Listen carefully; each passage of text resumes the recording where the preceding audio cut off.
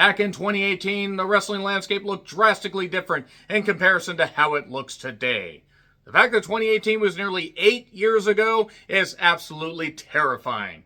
We've all got one foot in the grave, folks. We're just trying to move along like we know we should. But we've still got that other foot planted firmly on the ground above that grave, and we're going to keep pushing further and further up. We're going to get that foot out of the grave so we can witness more matches, more moments, and more great events put on in this great bubble of this sport known as professional wrestling. New Japan Pro Wrestling was absolutely on fire in the summer of 2018.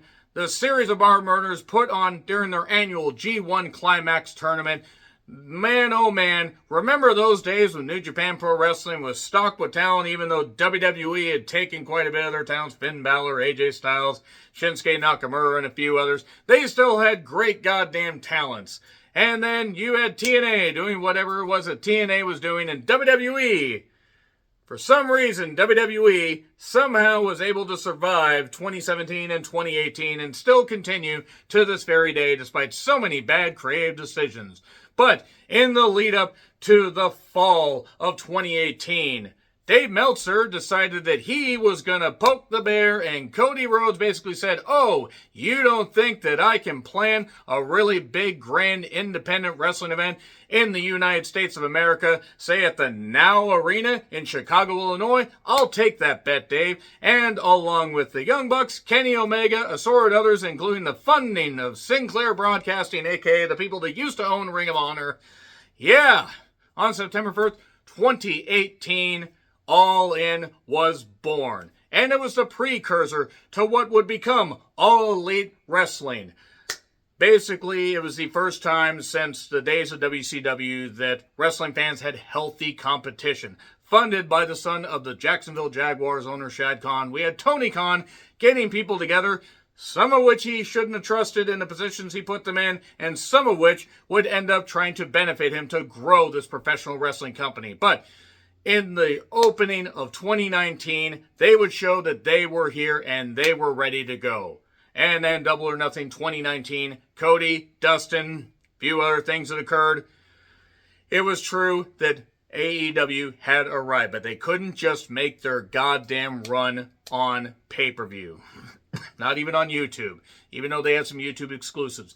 They needed a television deal.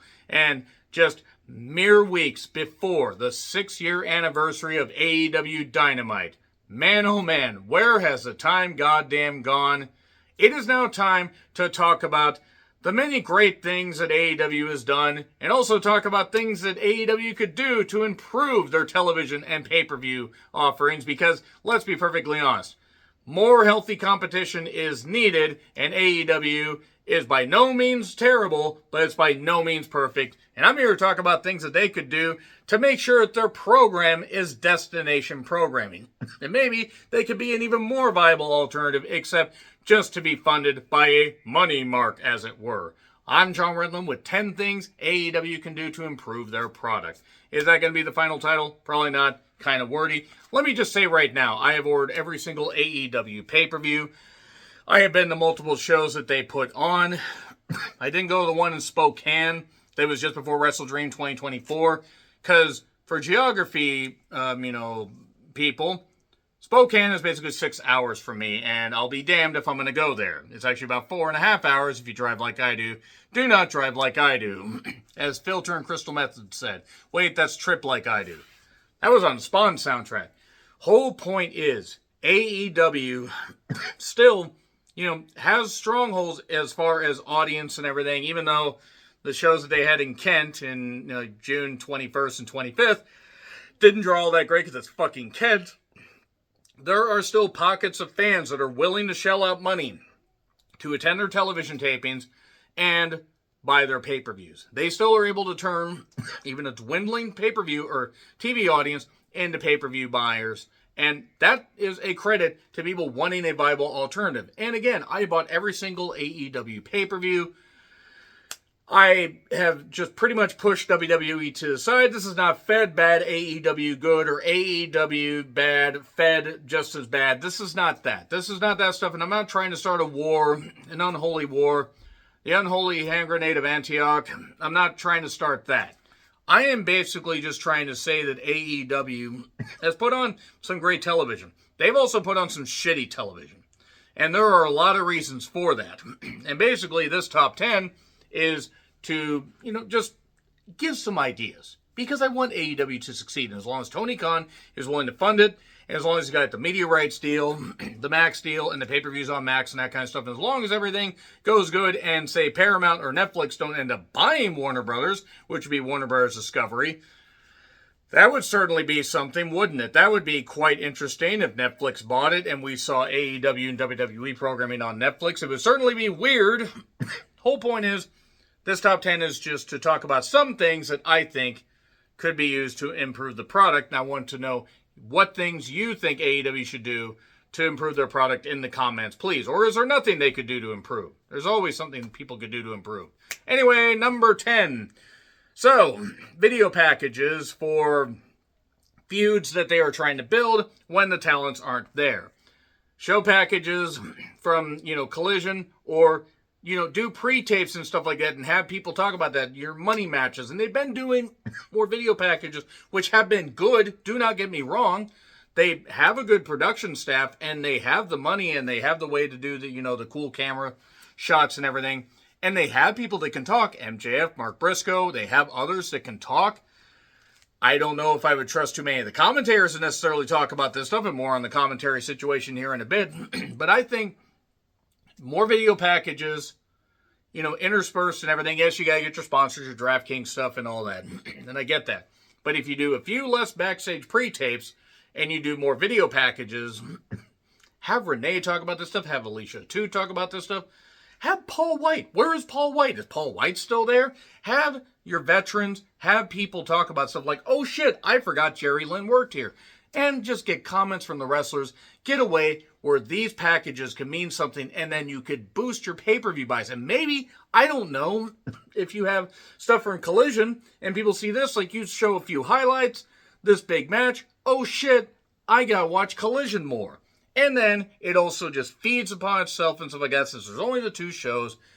There we are. Now, you could argue they should do more stuff with Ring of Honor, but Ring of Honor is pretty much a dead brand, if we're being perfectly honest. Unless it gets some kind of television deal or put on YouTube for some kind of media rights thing, I don't know what you can do with Ring of Honor. But more video packages, just ways to keep things rolling and to keep things fresh.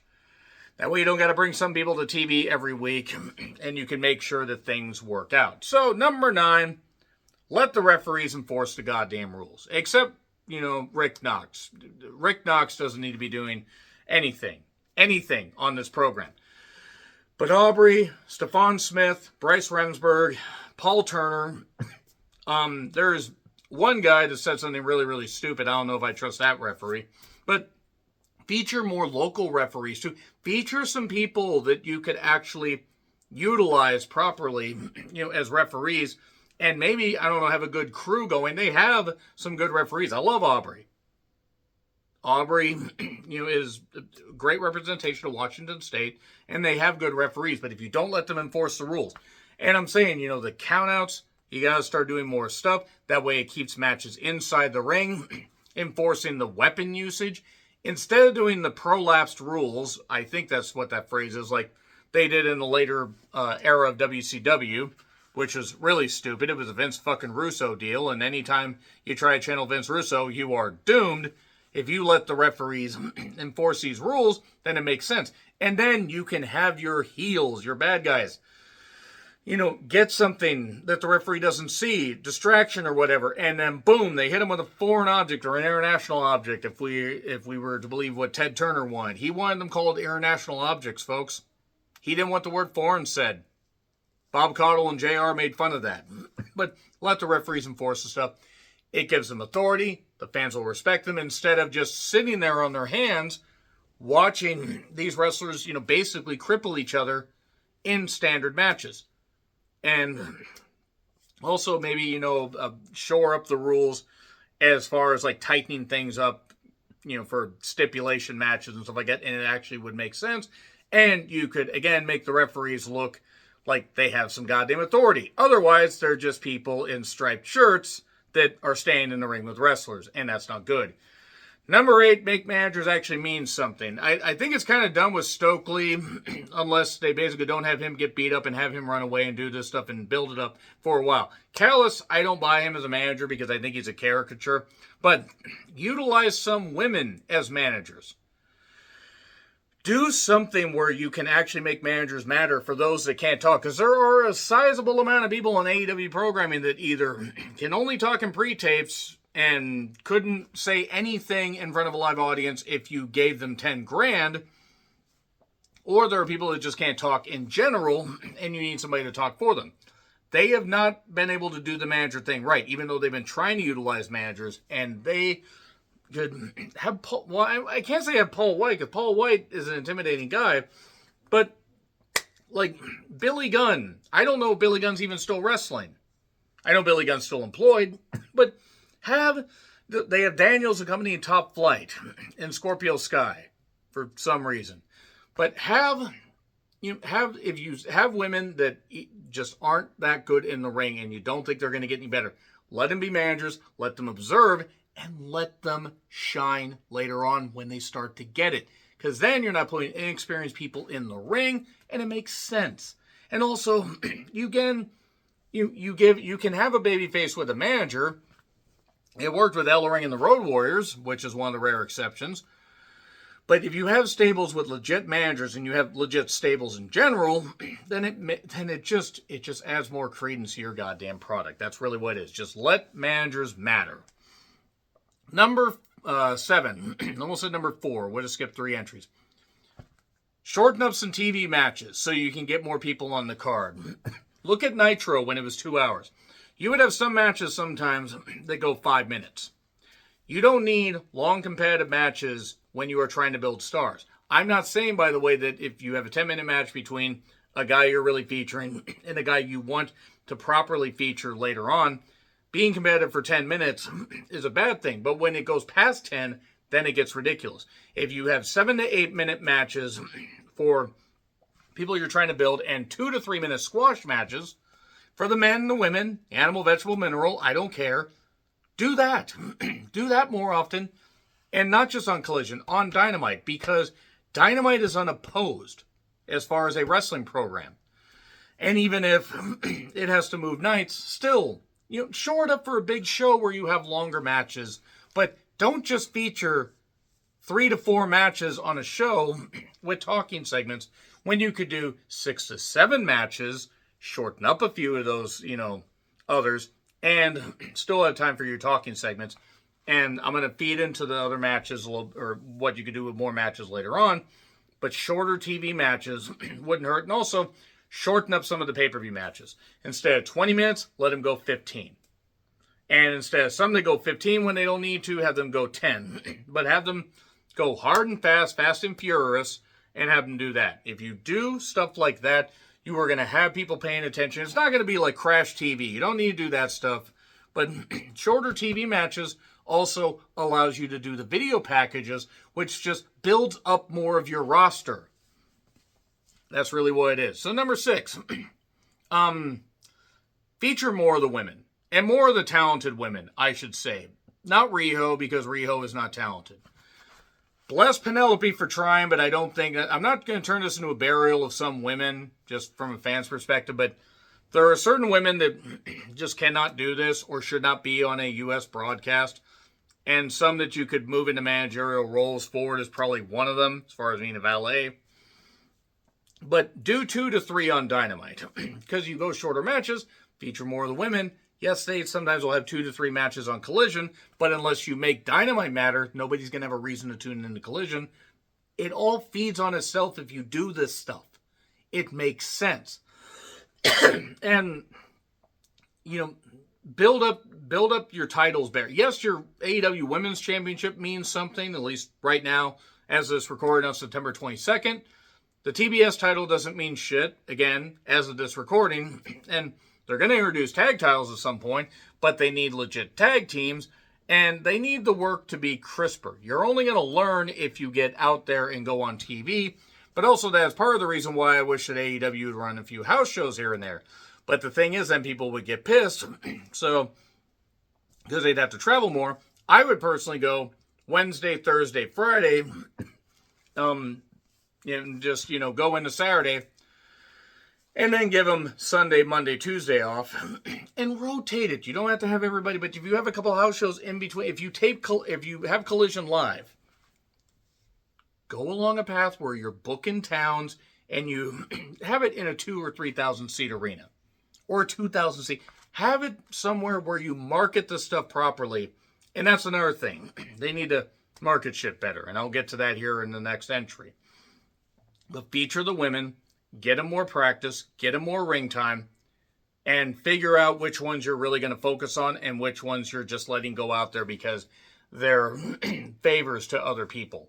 And I mean favors as far as, this person's somebody that somebody likes backstage, or, these two girls are attractive and their in-ring skills are adequate at best, but let's put them out there.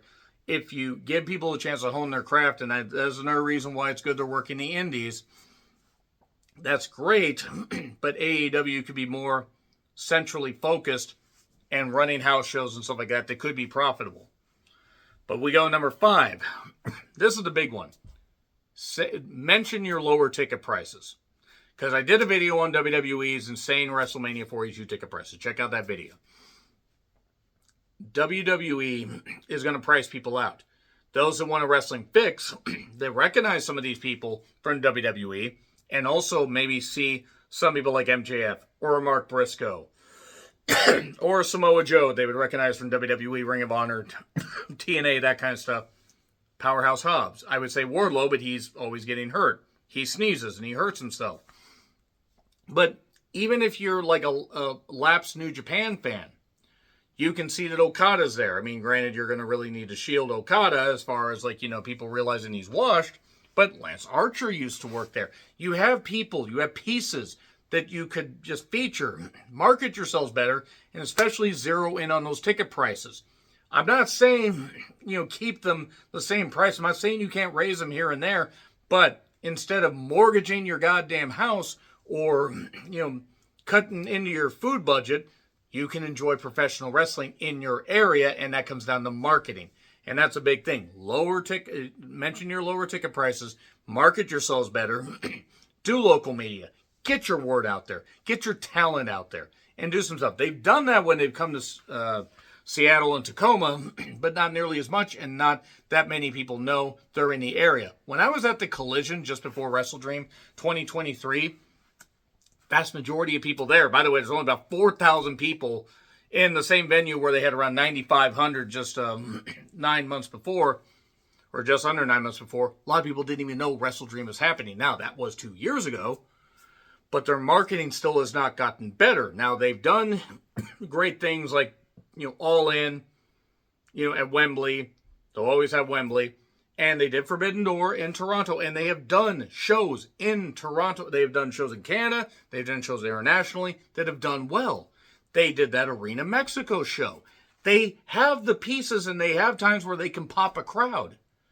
But they need to train their audience to understand, hey, you want wrestling, lower ticket prices here, we will give you a good show. Now, they maybe need to reel back on some of the hardcore stuff and everything that they do, and have a proper format, but kids can enjoy wrestling, and maybe they'll get into it like, they used to for WWE before WWE decided to get bought out by a media conglomerate that wants to price out families and only get the rich people.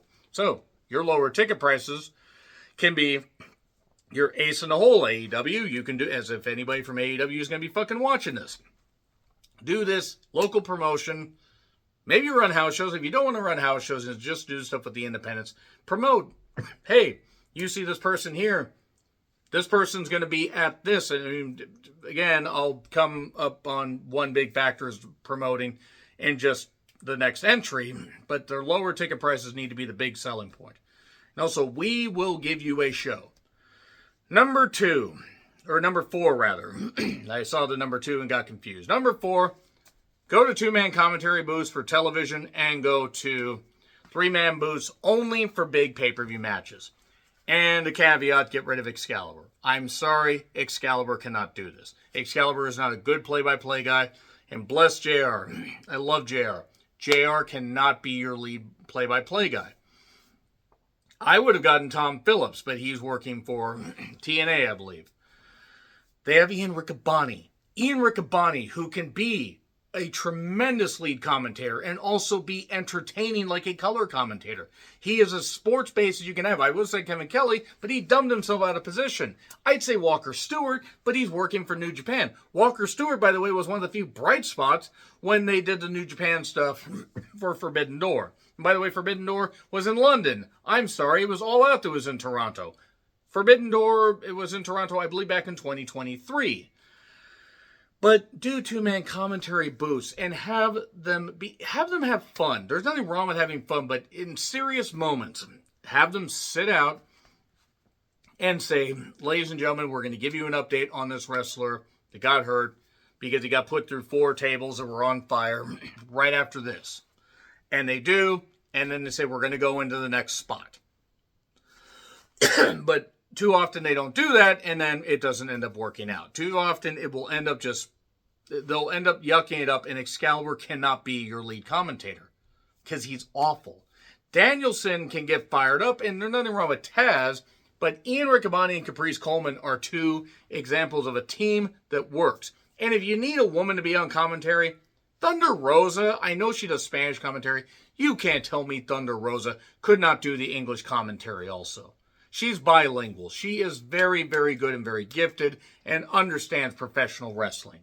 And I would like to see her get a shot. Yes, some woman representation on commentary, that'd be good. Veda Scott. If Veda Scott's not going to be doing anything more than New Japan shows in the U.S., get Veda Scott.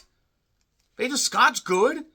Her husband, wait, hang on. Is Veda non-binary or did she say... Get Veda's husband. I'm sorry if I offended anybody. But get Veda's husband. Or Veda's husband's already there. Get Veda for some of these shows. If you could just do the pay-per-views, just do the pay-per-views. Have an occasional TV appearance. Give Veda some work. They're good. They're really good. Nyla Rose. Have Nyla do commentary. Granted, she's bigger than a lot of the roster. Man or woman. Seriously. I don't know. I mean, I know that she's in her, early 40s. And she's been doing independence. Great follow on Twitter, by the way. Absolutely hilarious. Let her be that hilarious on commentary, and then you have your yuck up moments, and you can have a good lead commentator. Because Ian could be that. Nigel can be a good color commentator. Shivani cannot do this anymore. That's why he's off of commentary. But Thunder Rosa, Nyla, Veda Scott, there's 3. Give me some other women that you would like to display their oral skills. Probably should have worded that better. Let's move on. Number 3, give someone else the book, for the love of God. Or at least have Khan delegate to people that know professional wrestling. Khan can be a fan of it. Khan can put matches together. But Tony Khan cannot book this. And nobody can book wrestling forever. Vince, look at the creative problems that Vince had. And Stephanie can't book shit either. But WWE is a totally separate entity. AEW has had moments. They've had stuff that pops. They've had matches, feuds that work. They've had shows that flow together well. But the thing is, team effort or not, at the end of the day, it's Tony Khan's decision. And Tony Khan makes bad decisions when he shouldn't, which curtails any of the momentum that they have. So I'd say Danielson, but Danielson's is for certain wrestlers that really aren't that good. So just give someone else the book. Bring someone else in. Have Jarrett do some booking. Have certain things go on. Give maybe the women's division to a couple other women. They're retired. Something. Do something where you have the show flowing. Not too many cooks in the kitchen. But just other ideas where it's like, okay, Tony's ideas aren't working, but this idea will. Or Tony's idea will work, this won't work. Then it's fine, but you got to give somebody else the book, at least in part.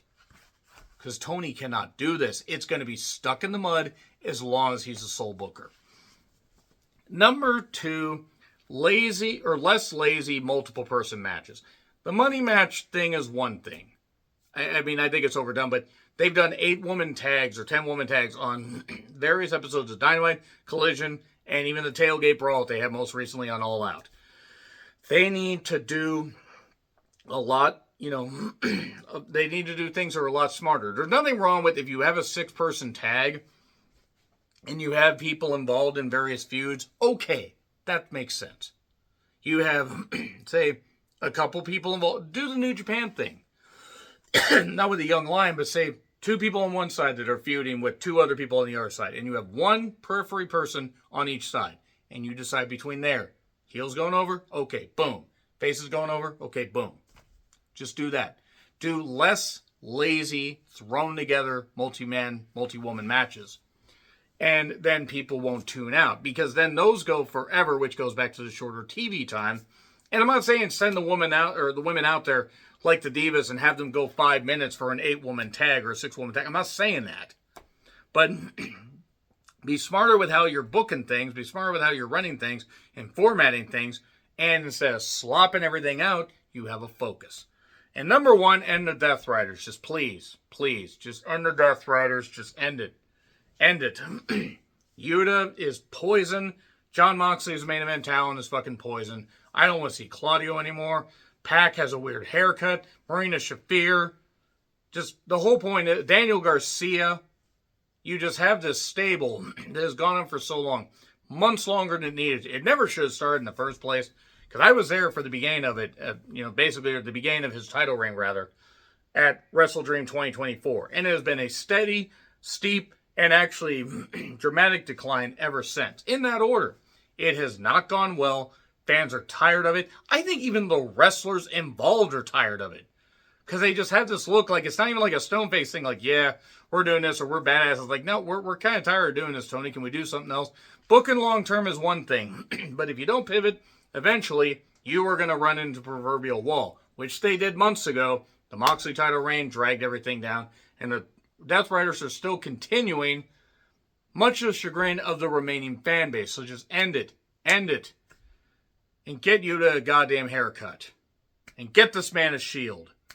Anyway, that's all I gotta say. What are some things you would do to improve AEW? Let me know in the comments. Like, share, subscribe, Twitter, Letterboxd, Blue Sky handles in the description. I'm John Redland. Until we're all elite again, happy trails to you.